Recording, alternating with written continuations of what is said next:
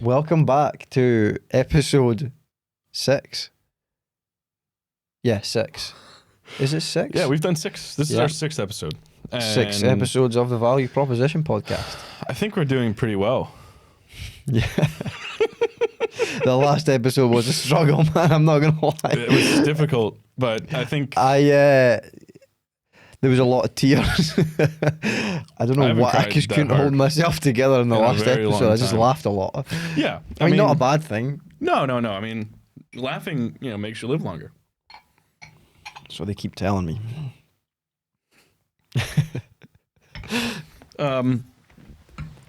So, anyway, how are you? What have you been up to? Well, I've been really busy. So for anyone who's watching this, this is funny me asking him this because we've literally just recorded episode 5 right there and we just got changed. Yeah, we haven't done anything else. And now this is episode 6. So Yeah, back-to-back episodes. Back-to-back episodes. Not our fault, No. but we're trying to make it nicer for the viewing experience. So what I've been up to this last week. The same as the last episode. I've been doing the same things. Yeah. But, busy, work, I don't know, generic stuff. Exercising, eating. Yeah. Yeah, if you say so.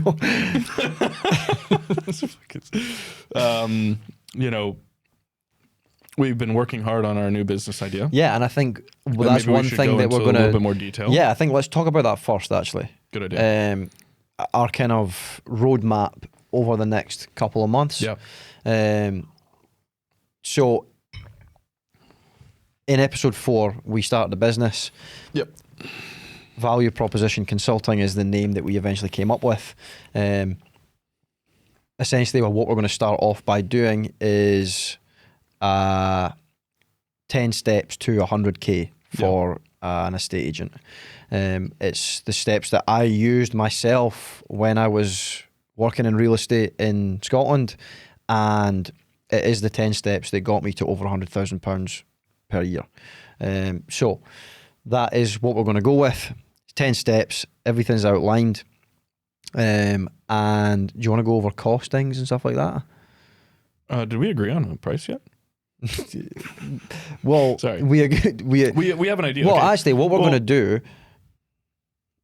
So what the idea was for us was to put it, this product, this sort of educational platform, if you will, Yeah. £49, right? Yeah.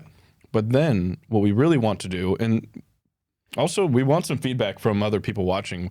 It would be great to see what their thoughts are, because the next step from there is to build a community for estate agents, business people, Salespeople in general. I mean, we're not. and allow them to kind of come into this sort of, I don't know, conglomerate of business minds, Yeah. local, abroad, international, whatever it is, and bounce ideas off each other. Find someone that you can do business with. Yeah. Um, Yeah. So initially, we thought we'll kind of build a course, kind of do coaching, consulting, which was the original business, consulting. Obviously, that stems into coaching, of course. which then stems into coursework and providing courses. Yeah. We then thought about putting out this 10-step guide, charging a small fee, not expensive at all, a small fee to outline the 10 steps, go into a bit of detail about the steps. And then we had the idea of, why don't we build a community? Yeah. So a community that consistently provides value, not just for people who are in the real estate industry, but also for people who are in sales in general. People People just starting out, people getting their first job, second job, of course. maybe stuck in the mud like we've talked about. Yeah. The same thing that we're doing, and it'll be great for us. Well, because we're just figuring out as we go as well. 'Cause someone's going to come along and go, hey, by the way, you need to do this. Yeah. And this will make it better. This will make the experience better. This will be an avenue for you. Or, hey, I have a sale for you. You know? Yeah. Oh, okay. And at the same time, there's maybe a lot of coaching programs and communities out there, but these people who run these coaching programs or communities, you never actually deal with them one-to-one. They're not available, are they? You never deal with them one-to-one. It's their it's members of their team that you deal with, and a lot of the stuff it almost seems out of reach. Yeah. Whereas people can message us anytime. I'm waiting. Anytime. Especially but on we want to TikTok. build a community of people, like-minded individuals in Scotland to start off with, certainly. Sure. Yeah, we'll branch out into Callum's neck of the woods. But Scotland, UK certainly first. Real estate, business, sales, and just, you know, create a group of like-minded people, bounce ideas off each other. We'll have guests on. We'll obviously share a lot behind the scenes with the podcast, live calls, maybe daily. You know, you never know. Yeah, I think maybe doing some like live stream, sort of whatever. I don't know what you would call that. I'm streaming. Sure. Oh, okay, that. But like doing stuff like that and allowing people to have a dialogue with us. You know, either on an individual basis, you know, one-on-one. So I was going to say 2-on-1. Oh, you freak. So, you know, like 2-on-1 stuff. You know, that sort of stuff. Yeah, don't join the community. So I'm not allowed to join. yeah, Callum's banned. Yeah, I've been banned already. But yeah, so to do stuff like that would be great. Yeah. And I think... So essentially, just to keep everyone in the loop from the start, we created this business. At the end of the podcast, we basically said we're going to put a plan together on the next steps. The next step that we did after that was we spoke to a guy called Darren, who I've worked with him and his business partner Jude in the past with different business ventures. And they do marketing, you know, ads and things like that. Great guys. Yeah, great guys. And we will get them on the podcast eventually. Yeah. So we basically touched base with them. Darren actually built us like a website, which was unbelievable. The feedback it was so good, yeah. So good. And that's what kind of gave us the idea of the community. So we jumped on a call with Darren. We went over a couple of different options. We went over kind of the first thing that we want to do is put out this 10-step guide, maybe a waiting list for a 10-step guide. See how much scope there actually is there for a business. Because at the end of the day, we don't want to go and record a 50-hour course between the two of us that takes 5 weeks for us to record and nobody buy it. Yeah. So we need to put out the feelers and see. We do. And see if there's a market for this in the first place. So we'll put out a tester, not be expensive again, maybe £49, something along those lines. Yeah. That will outline the 10 steps, a 10-step guide kind of thing in order to hit, like I say, 100K. It's the 10 steps. This is stuff that we've done. Like, yeah, 100%. Like we're not selling a sack of shit. You know, we're putting this together because we've done it. Yeah, well, you could literally go on my Instagram, my Andy Henderson real estate page. I wish I posted more on Instagram. Scroll down. So literally scroll down. I've got like 700 posts. You can scroll down. You can see all the properties I've sold. Is a perfect example as to what an agent in the modern era is. Yeah, and I've never gotten in, you know, this. No, you didn't I'm have not to do a social media guy, but and I'm starting to get into it because it is impactful and it helps our podcast. But 100%, you know, I'm looking at social media completely differently now because of you. Yeah, and I think a lot of people that will engage with this content will see that and go, I need to do something similar. I mean, literally just fucking copy his videos. You'll be fine.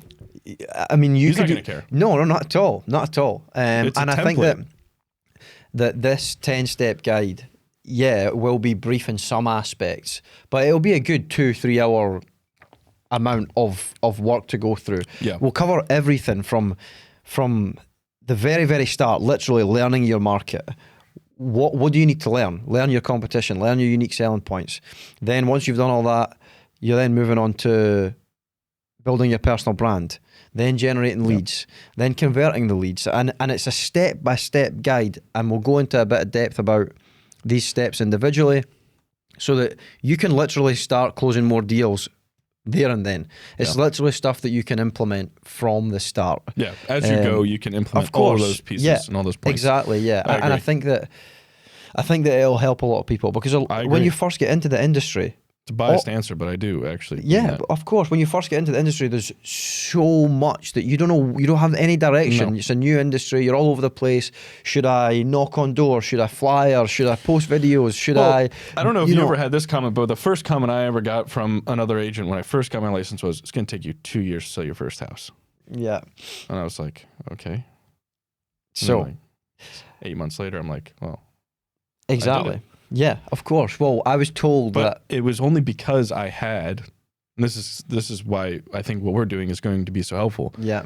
I had a mentor at the time, right? Exactly. We touched on that last episode. We're not, I don't think we're qualified to be mentors yet. No. However, we have life experience. We have business experience in this.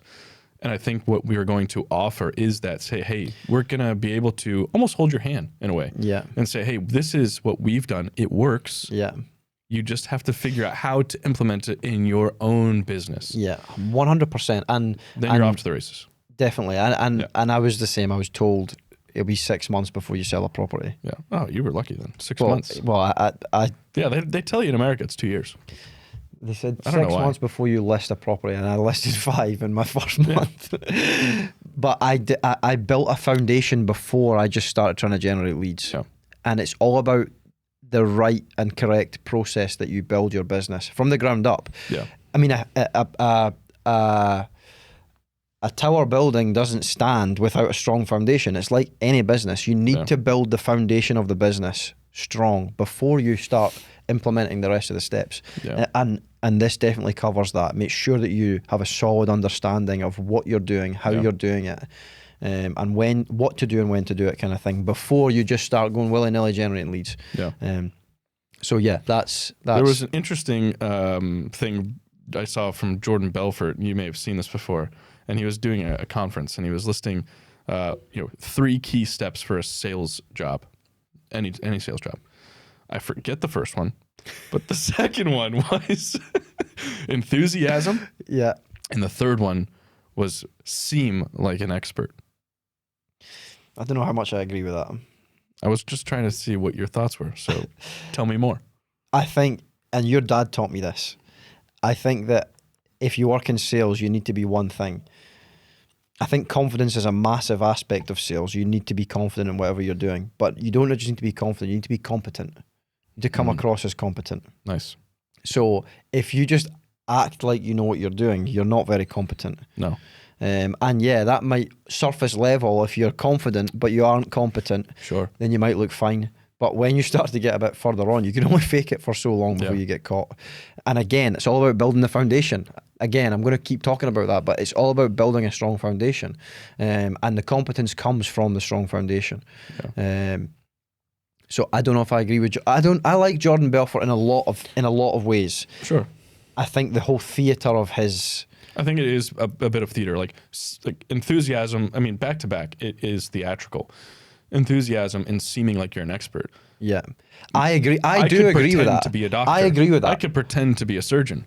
I'm probably going to kill everyone I work on. Yeah, no, but I do agree with that. In the fact that seem like you're an expert, I do agree with that. But like the fake it till you make it. Fake it till you make it, but that only works for so long. Well, you're going to get found out. Yeah, 100%. You're going to get found out.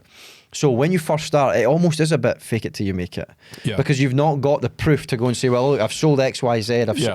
So at the start, but you need to still be competent. Yes, you need to still be competent. You need to lay the foundation from the start.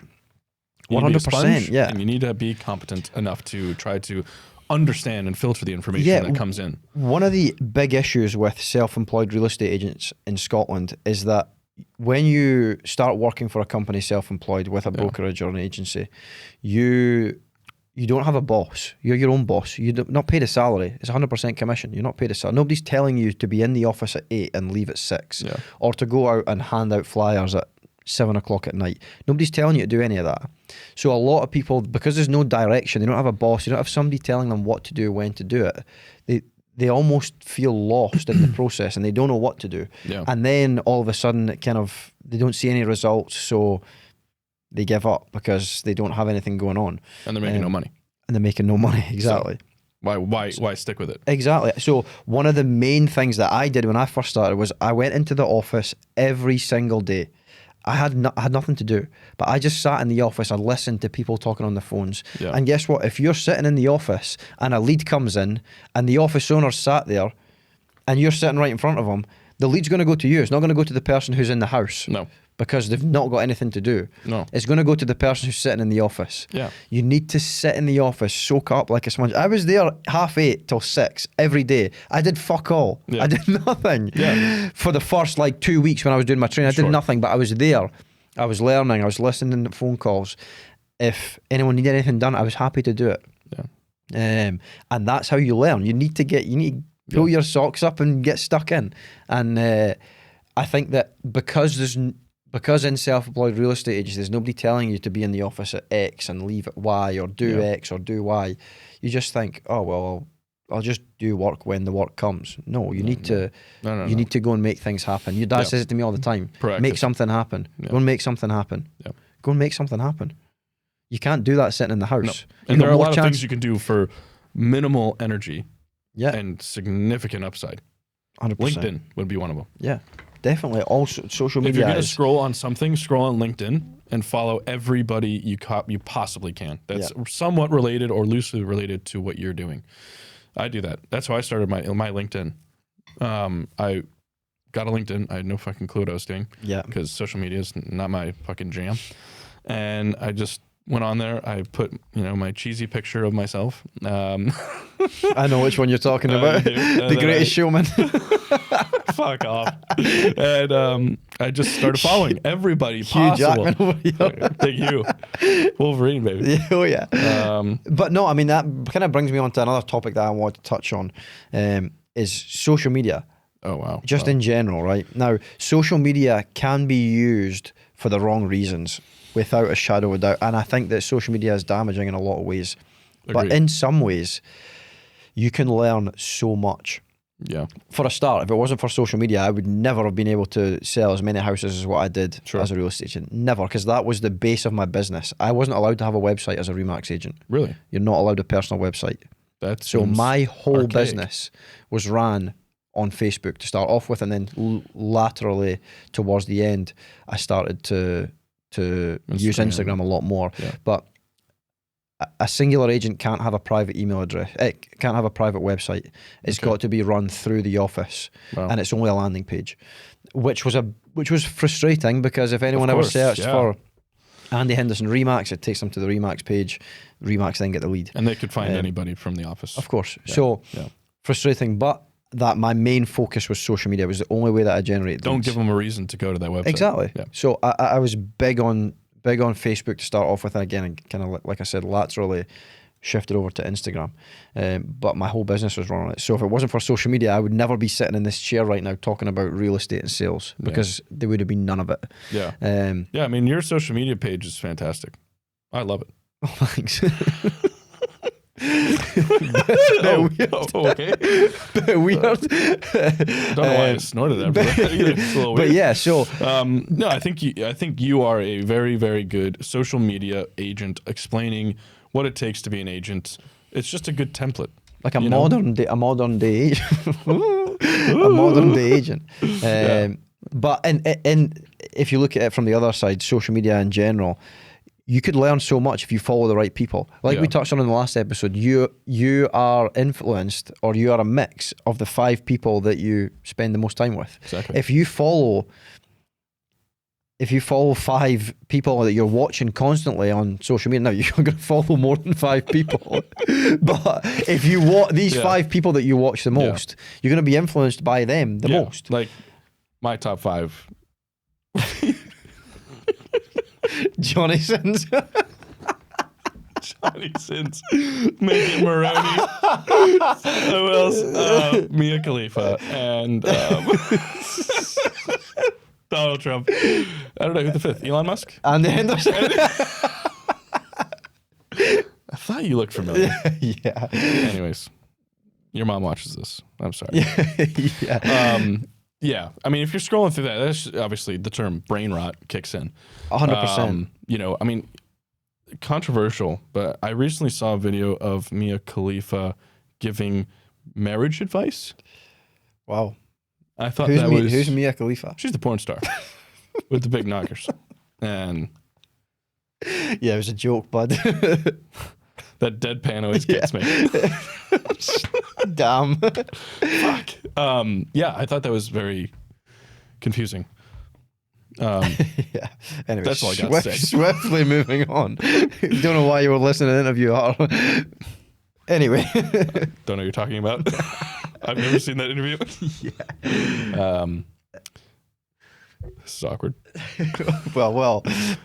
The first point that we've got on here, actually, we kind of touched on in the last episode. Yeah. Do you want to talk about it again, or? Yeah, sure. Well, we'll just kind of brush over it. I mean, I think it kind of ties into what we're talking about right now, which is Pornstars.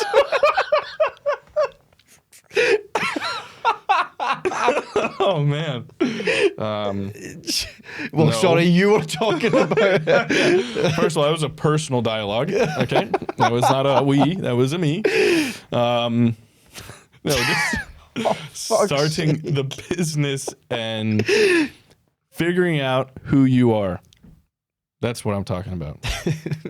That seemed so inspirational. I wasn't even trying to be. Yeah. So when it comes to failure, you could have easily packed it in. You could have packed, this is too tough. I don't know how to operate social media. Operate. I don't know how to operate this. Hell, what's going on? Like, you don't know how to. I don't know what social media is. You don't know how to use it. You don't know how to use it. And you could have said, like, this is too difficult, and I'm out of here. I'm going back to selling steel. Oh, no, I don't want to go back to say fucking hell. So, but instead, you figured out a way. If there's a will, there's a way. And I love that saying, by the way. Yeah. So, funny story. You know how I got into selling steel? Will? If there's a will, there's a way? Yeah. So, I was working in the hotel. Now, I never thought, I want to sell steel. It's not an industry I thought I would be working in. No, I didn't either. To be fair, I never really thought that I was going to go into sales. Here we are. Damn. The job working as a selling steel. So I was working behind the bar in the hotel. Okay. And I got speaking to this guy, and obviously I asked him, just general small talk. What brings you here? Kind of like a discovery process. Yeah, the discovery process. Like discovery questions, you know. Yeah, of course. But, asking just... Come here often. You're a prick. I know. So, no, I was just saying to him, like, what brings you to Broughty Ferry kind of thing? Yeah. And he was like, so I work... I'm here for business. He was actually working in Montrose, and it was a stopover. It was halfway between... I've been to Montrose. Have you? Yeah, I hate it. Yeah, same. Okay. So it was like halfway between Montrose and the place that he was working. It was like near Livingston. Okay. Or roughly halfway. So that was why he was staying there. And we got chatting. We spoke for probably an hour or so. And he said, what do you want to do with your life?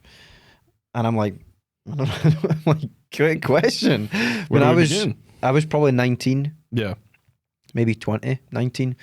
And I'm like, to be honest, sales... I like speaking to people. I can hold a conversation. I probably wouldn't mind going into sales. Yeah. And he was like, well, funny you say that. Like, I'm looking for somebody to take on my sales team.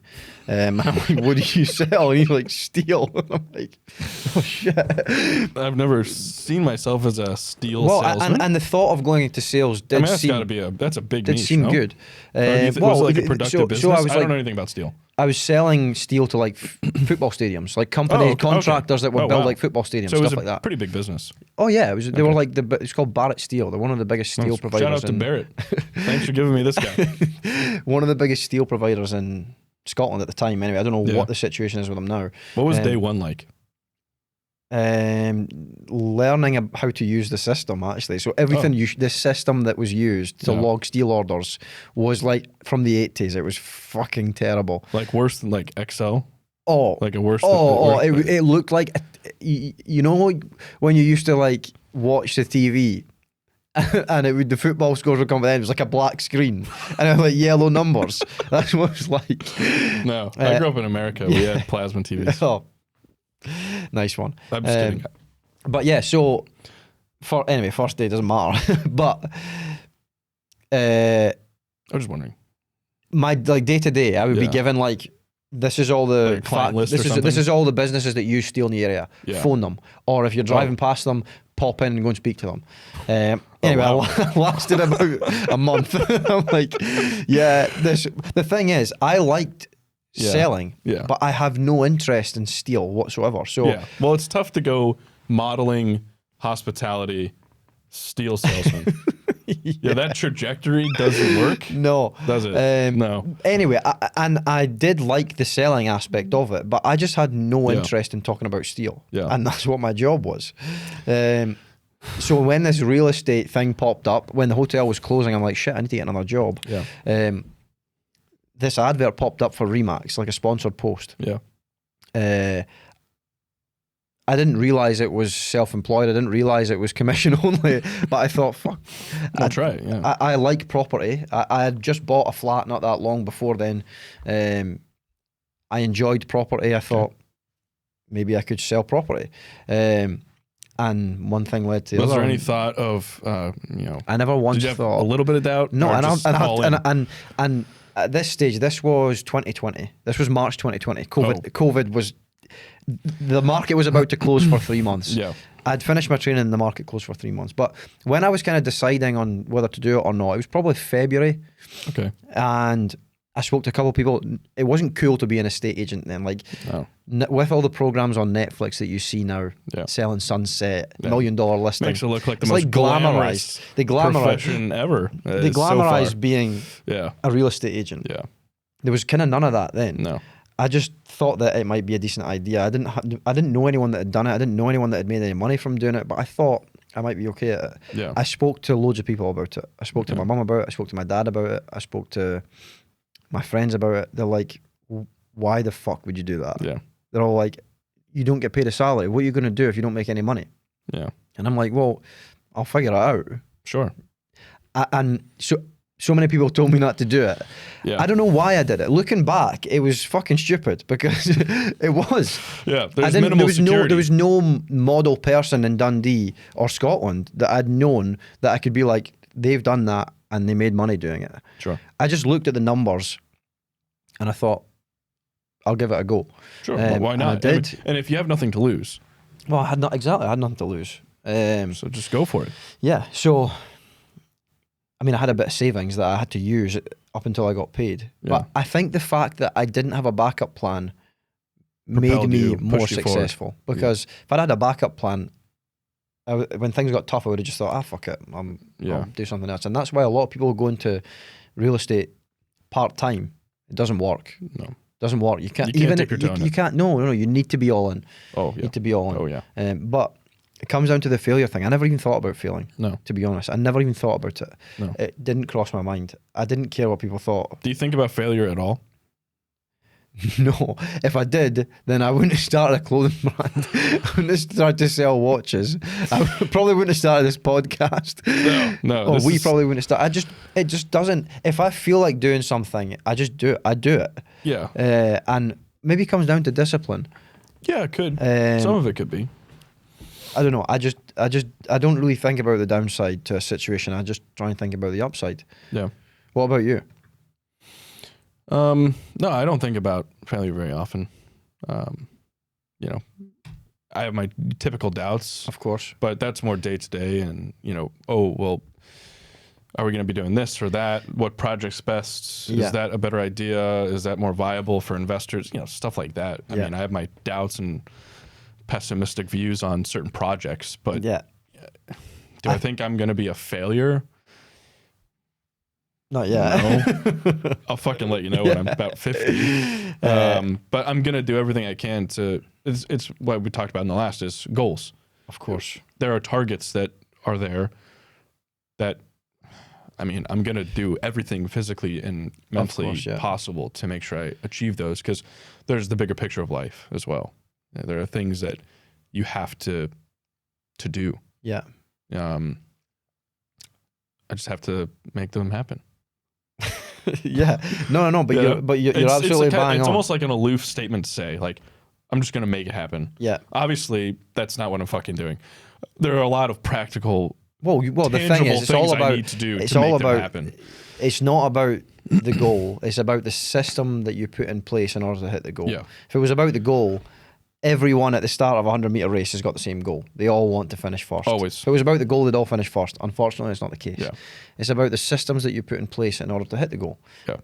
The systems that you're putting in place will aid you in hitting the. And it's something that I'm going to start doing. It was actually told to me this morning at a coffee shop by a good friend of mine. And he told me, he said, approach everything with a business plan. Everything. He said, you have an idea for a business, write a business plan for it. You may never do it. Write one. Practice. Business plans until you're fucking blue in the face. And try to perfect the art of understanding how you get value from things. And you can make business plans about life. Like, just because it has the term business plan doesn't mean that you can't include feelings and thoughts into things. Yeah. Not to say that you need to structure your life like a business. You go to your wife, look, the business plan says it's fucking over. No. But include those things into your business plan. Yeah. How does having a wife impact your life? How does getting married to someone impact your life? All of these things. How are you going to structure and organize yourself to include these things? Yeah. Social time, all that. It's a business plan. It's not, you could call it organization. But if you really want to be methodical and, like me, analytical, then I'm going to start doing that. Because that was such a great highlight for me in the last month. That was probably the best thing I've been told. Yeah, 100%. Well, you need to have a plan. Yeah. Set a goal, make a plan, take action. Yeah. And then the fourth thing I would say is stay consistent. Agreed. It's pretty simple when you break it down like that. Yeah. I think one way that we are similar is that we're probably almost delusional, like, to the fact that, I'll be honest with you, see, when I started that clothing brand, I thought that was going to be the next represent. And that's the way that I go into business. I didn't think that it was going to be it didn't fail. And I started it with two of my best friends at home. Yeah. And we had great fun doing it. We really did. We had great fun doing it. But I mean, we thought we were going to be the next fucking represent, and that, and well, yeah, the next. But sorry. That I was like delusional in the fact that I genuinely thought this is going to be this is going to be easy, but like, you ride that wave as long as possible. Yeah. Until. And listen, we do have the same flaw in the fact that when something else comes around, we're fucking doing that. I love that idea. I think that, to be honest, with the clothing brand and even with the watches as well, if I'd have stuck at them, they would have been successful. Sure. But because you would have gotten more experience. Yeah, of course. I just didn't have the time. Yeah. You do exactly the same as me. We take on too much. Yeah. I mean, the last thing we needed to do was start this new business. But we're doing it, and we like the challenge of that, and we even talked about today doing this this futures challenge, the day trading thing, and trying to make some money doing that, just for a challenge. Yeah, that would be fun, actually. Now, whether we do that or not, I don't know, but we're constantly thinking about other things to do. Yeah. And because I think you got to, we can talk about this. I've heard kind of different ways. We ran out of water. Well, I thought they would have filled that up from last week. Yeah, last hour. So I've heard like Alex Hormozy say, okay, well, you have to have one thing and stick to the one thing. Now, you can have multiple things throughout your life, but stick to one thing at a time. I've also heard other people say, well, cast your eggs into 10 baskets and then figure out which one will make you the most money. Yeah. I don't know where, and I don't know where you're kind of lying on that one. I think that for us, we are quite lucky in the fact that the industry that we are in is quite broad. Yeah. I mean, you could even bring it out and say it's not just real estate, it's sales in general. Sure. There's so many different avenues that we can go down when it comes to sales.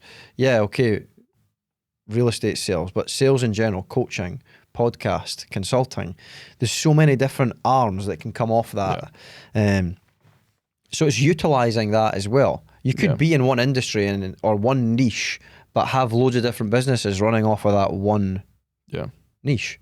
Agreed. Well said. So, well said. Moving on. Yes, let's do that. Let's talk about this next one, shooting for the no. Oh, Chris Voss? Chris Voss. So for anyone who has never heard of Chris Voss, we both big fans of Chris Voss. Buy a book immediately. His Read the book whole thing. is called Never Split the Difference. This book is phenomenal. He essentially was an FBI negotiator, and he hostage negotiation was his speciality. Really? Yeah. He didn't do like accounting work or anything? Well, yes. hostage and he has negotiation. some amazing stories, by the way. I don't know if you've watched some of those stories on YouTube, because he sat down with like the Wall Street Journal or something. Yeah, I've seen some of his TED Talks and things. And he explains the process and how he was able to save people through hostage negotiation strategy. Yeah. And then he decided, hey, you know what? This is applicable in life and business, relationships. He says buying groceries could be a negotiation. Everything's a negotiation, technically. There's nothing off the table. I think one of the interesting things about him is he was a hostage negotiator, ended up doing a talk at Harvard and trumped everyone in business school at negotiating using the FBI techniques. So everything that Harvard had taught to students in terms of negotiation got traded out for everything that Chris Voss did. Yeah. Because... And he has the Black Swan Group now. Exactly. Right, yeah. okay. So on YouTube. Yeah. Just look at the all Black watch Swan those Group, many Chris videos. Voss. But he's fantastic. But one of the So good. strategies that he uses... I've talked a lot. I'll let you finish this off. Yeah. That's awfully generous of you, Andy. Yeah, Andy likes to talk a lot. I know we all know that by now. Anyone who knows the guy knows that. I'm fucking stuck with him. So shooting for the no. I mean, shooting for the no is basically the concept of how do you ask questions that are no-based, which is a counterintuitive approach to actually get yes. Yes. That's like a simplistic way of saying that. Of course, now I'm going to try and think of an example. I'm going to fuck this up, which normally happens, by the way. Every time I try to come up with something, I'm like, I know this too. Yeah, there's a reason I always speak. It makes sense. I ask the questions better. You do the talking. Like a no-based question, you know. So for example... Ask me a no-based question, and I'll answer. No, so rather than me saying to Callum, is now a good time to talk? Or how does tomorrow at 2:00 sound? Yeah. To chat on the phone. I would say to Callum, would it be a bad idea to give you a call at 2 p.m. tomorrow? Or would it be a ridiculous idea to jump on a call? Yeah. My favorite ones are the ridiculous ones. Yeah. The inclusion of the word ridiculous. Yeah. Because nothing's a ridiculous idea. Nothing is, like, especially in the context of, can I give you a call? Is it ridiculous if I gave you a call tomorrow at 2 p.m.? Well, fucking, of course not. I mean, just call me up. Yeah, you know? exactly. Like, it's not that complicated. But if you say, it gives somebody a chance. It's easier for somebody to say no than it is yes. Yeah. Essentially. So, usually for example, the first words out of a human being's mouth is no. Yeah, and every no that you get is one step closer to a yes, right? Yeah, baby. But I mean, if you put it down to if we talk about that from a closing perspective, you know, you could be standing on a property or in a property with somebody, rather than saying to them, "Do you want to buy this home?" You know, obviously they're going to say no. No. But you could say, "Would it be a ridiculous idea that this could be your next home?" Yeah. Or is it a ridiculous idea that this is your next home? Yeah. Or is it ridiculous to think that you're standing in the living room of your next home? Yeah. I like the way you phrased last one. Is it ridiculous to see yourself as like, this is your living room? Fucking chill out, okay? All right. This is getting edited heavily. Just being a prick. Sorry, say that again. I don't even know why I laughed. I don't either. I wasn't even done with the question yet. Anyways, apparently Eddie is fucking FBI negotiator now. No, you're actually probably better at this shit than I am. That's actually not true, but yes, it is. No. But I think that putting the context of the question into the formatting of something ridiculous. Can something be ridiculous? Yeah. Most things are not ridiculous. Most people psychologically are going to go, oh, wait a second. No. I'm happy to take the call. I'm happy to see myself in this home. It's interesting when I try to ask that question for people in the context of moving to the U.S. Yeah. Yeah. Is it ridiculous to see yourself moving to Florida? Yeah. And they go, no. Well, then there's obviously a lot of caveats involved in that. Of course. The idea is to figure out why are they feeling like they want to own a home in the first place? Yeah. So starting from a pretty broad question, like, can you even see yourself there? Well, when they go, no, I can see myself there. Yeah. And the other thing that's very important, and you and I both know this, is getting to the point where they start telling you, oh, that's right. Yeah. Then you're fucking locked in, baby. Yeah. You could sell them. That's right. You could. I think I got in trouble for this once. Never mind. I'm not going to say what I wanted to say. No, I was going to say a thing that you could sell something to somebody. Okay. But no, I think the one, like, say, like, if we put it from an estate agent's perspective, selling a home, like we've just talked about for the last half an hour on the podcast, in an estate agent terms, if you get to the end of a viewing and you say to somebody, so do you want to put an offer in on this property? Well, you're putting them on the spot. They're probably going to say, no, right now I don't want to put an offer on this property. Negotiation finished. But and the important thing about that no response is you're not giving them the out. Of course. You're putting them in a corner. So Yeah. they only have two options. When we ask is it ridiculous, it's a little bit more open-ended, and it's harsher maybe, but it's also about tonality. But it's also a bit softer in the way that they have to think about it. Yeah. And the reason that you get no, I think, is because it's a quick reactionary thing. They're not thinking about the question yet. No. But if you give them a very strange question that anyone can ask them, are you going to put an offer in? But not many people are going to ask them, is it ridiculous to think you might put an offer on this house?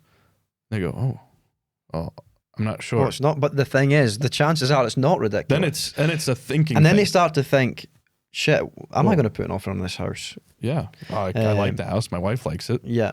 It's got a pool. Yeah. Well, not It's in in Scotland. Florida. The sun's nice. Sorry, I'm dreaming about America. But shooting for that no instead of the yes. Yeah. I think rather than saying, are you going to put an offer in on this house, and them saying yes, it's a bit more subtle if you say, look, is it ridiculous to think that you could potentially put an offer in on this house? Yeah. It's all about the context in which it's said and your tonality when you're saying it. I mean, if I was to say to you, is it ridiculous that you have to put an offer on this house? I'd run It out comes the door. across as shit. Creepy But if I say, terrible. oh, Callum, look, is it ridiculous to think that you could potentially put an offer on this property? Yeah. You know, the chances, no, it's Andy, actually, no, it's not ridiculous, no. The way that And then they'll probably, and if you're really lucky, they'll probably give you a few reasons why they actually want to put an offer in. Well, the no orientation question is then followed up by, tell me more. What's going on? Well, they then say, no, it's not ridiculous. It's not ridiculous to think that I may put an offer on this house. Of course. All right, okay, tell me more. Why? What's got you thinking that you want to put an offer on this house? It's funny and then they start selling the property back to you. Yeah, and that's what you want, right? Of course. That's what question-based selling is all about. 100%. And it's funny because you start with what to get to the why, but then you have to go back to what sometimes. Because not everything can be, Simon Sinek had a really good TED Talk. I don't know if you've ever watched it. And he explained the rings of marketing and why people buy things. Yeah. And it's probably one of the most watched. We should watch that. And then we should talk about that next week. And it's a very good representation as to how to get from what, who, why, how to answer those questions. And they explained it about Apple. And Apple was one of the first companies to inverse the way they interacted with customers. So most standard marketing, I'll probably fuck this up, but we'll rewatch the video. So But basically it was what the product is, who the product's for, why the product. Yeah. Apple usually went the other way. when they first started marketing was why the product is why first. Why first? Why should you have an Apple product? Because you'll be, out of the fucking cool circle if you don't have it. And then it's who? Well, it's for tech savvy individuals who like simplistic lives. What is the product? It's a fucking computer. No one cares about the what. Yeah. But that's why people buy Apple. Most companies put the what first. Yeah. We buy Apple products because of FOMO. 100%. It's lifestyle. It's perception. It's shit. Yeah. This costs nothing to make. Yeah. Like the most recent iPhone was like $14 per phone to make. Yeah. And they're selling it for $1,500. Yeah. So it's not like it's a superior product. We all know that, but we're so obsessed with it. Yeah, I know, 100%. I mean, they have the biggest market share in America. They have like 56% of the market.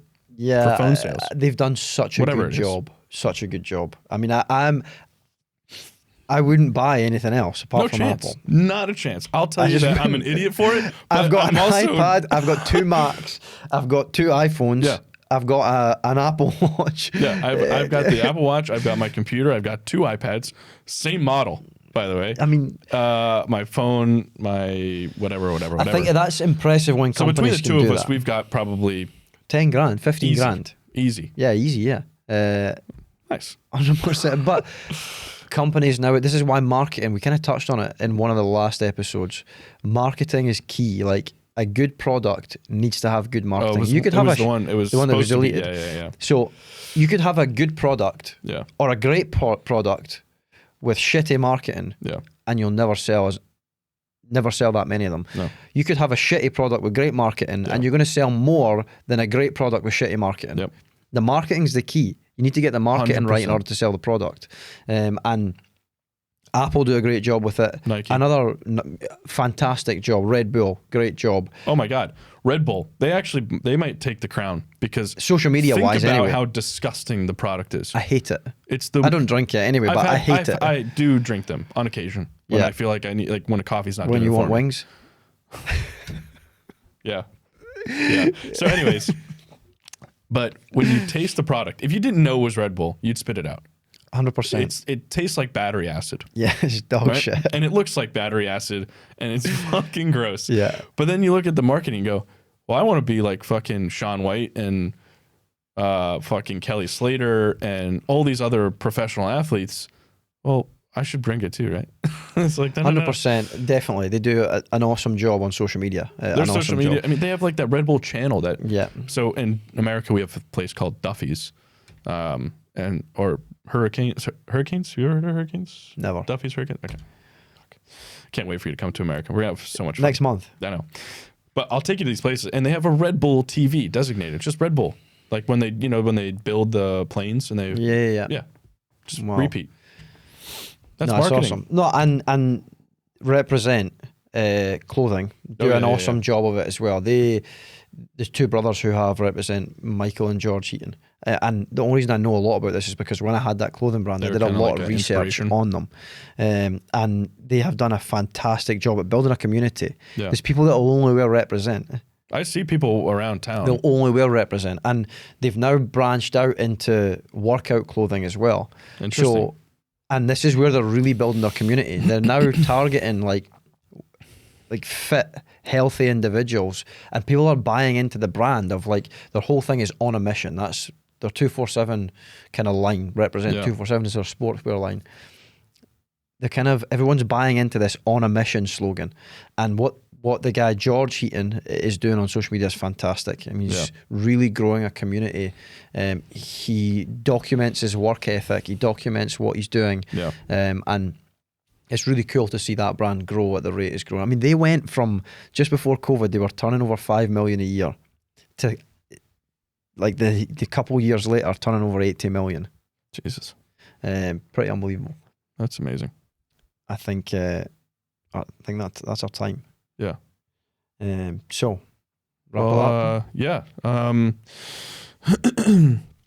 excited for next week. We'll have a good episode. I think we could also probably extend the conversation on some of the topics from today. So definitely. Thank you for watching, everybody. Subscribe. We never say that. We're going fair. Definitely like and subscribe. We're thinking about starting a Patreon. Yes. And what we'll do from there is, probably publish some of the content, more exclusive content. Yeah. Jesus Christ, Callum. Only estate agents. No, but more exclusive content. Start to build that community out, and we would love to see like some support on that. Yeah, I don't know what that means. And anyone's questions, thoughts are much appreciated as well. Yeah. And thanks to everyone in Florida for watching. Thanks for watching. Yeah. We'll see you in the next one.